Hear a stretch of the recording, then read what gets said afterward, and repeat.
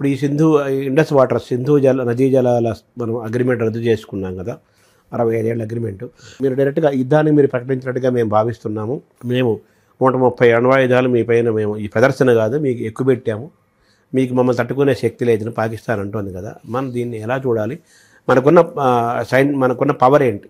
అంటే మనకి భౌగోళికంగానే మనకు ఆ రకమైన ఒక అడ్వాంటేజ్ ఉంది కదా. మనం ఆ పరిస్థితుల్ని చూస్తే, జాగ్రత్తగా మ్యాప్లు చూస్తే మనం ఉన్నత స్థాయిలో మనం ఉన్నాం. ఎక్కడి నుంచి అయితే నదులు ప్రవహిస్తున్నాయో అది భారత ఖండంలో ఉన్నది, భారతదేశంలో ఉన్నది. అంతేకాకుండా ఒక్క నిమిషం కనుక మనం ఈ ఇండస్ వాటర్ ట్రీటీ గురించి ఒక్కసారి ఆలోచన చేస్తే, మనకి ఈ మధ్యకాలంలో మనకు వచ్చిన గణాంకాలు చూస్తే అందులో 3 నదులు భారతదేశానికి కేటాయించారు, 3 నదులేమో పాకిస్తాన్కి కేటాయించారు. ఉపనదులు సట్లెజ్, బియాసు, రవి ఈ 3 నదులు భారతదేశానికి వినియోగించుకోమని చెప్పారు.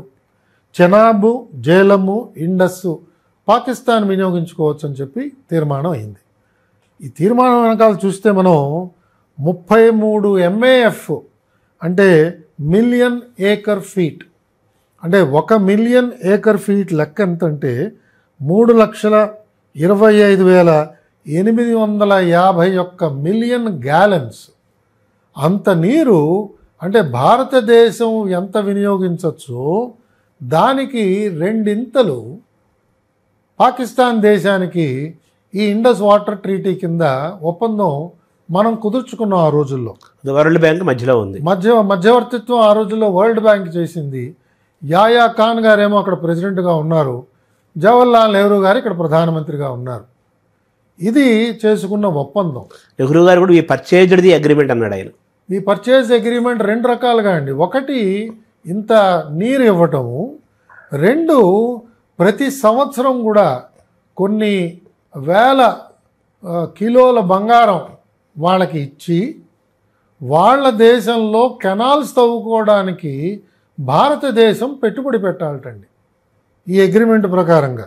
అంటే వినియోగం చేసుకునే సామర్థ్యం లేని దేశానికి నీరు ఇవ్వడమే కాకుండా వాడి సామర్థ్యాన్ని పెంచడానికి మనమే తోడ్పడాలి. మరి ప్రత్యుపకారంగా ఆ దేశం ఏం చేసింది భారతదేశానికి అంటే అదేం కనిపించట్లేదు. ఈ విధంగా దౌత్యపరంగా, ఆర్థికంగా విశేషమైన నష్టాన్ని భారతదేశం చవిచూసింది.